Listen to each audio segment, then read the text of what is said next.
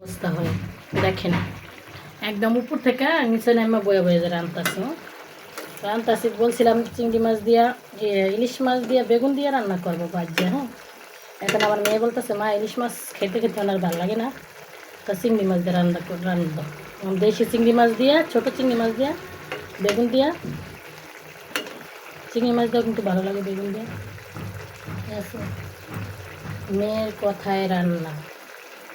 আর husband থাকলে হাজব্যান্ডকে জিজ্ঞেস করে করে রান্না করতাম।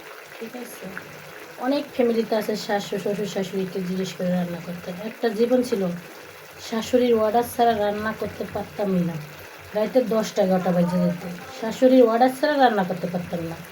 আর আল্লাহ তাআলা এমন একটা সময় এনে দিছে, কারো কোনো অর্ডার নাই, শাসন নাই, বারণ নাই, একান্তই নিজের মন মতন একটা সংসার আল্লাহ তাআলা আমাকে দিছে।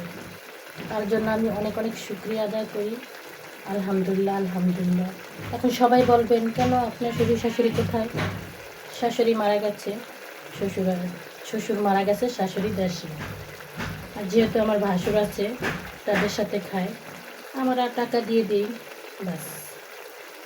বুঝতে পারছেন, একটা সময় শাশুড়ি থাকে ঘরের কর্তা, আরেকটা সময় কিন্তু শাশুড়ি থাকে বাচ্চাদের মতো, সবার সাথে মিলেমিশে খায়, এটাই বাস্তব। তার জন্য বলি শাশুড়িরা আম্মারা ছেলের বউর প্রতি বেশি জুলুম করেন না, এক টাইমে বৃদ্ধ হয়ে যাবেন, কেউ ভালোবাসবে না, এই ছেলের বউরাই ভালোবাসবে, এটা মাথায় রেখে বউদের উপরে অত্যাচার একটু কমায় করে। বুঝতে পারছেন, এটাই বাস্তব।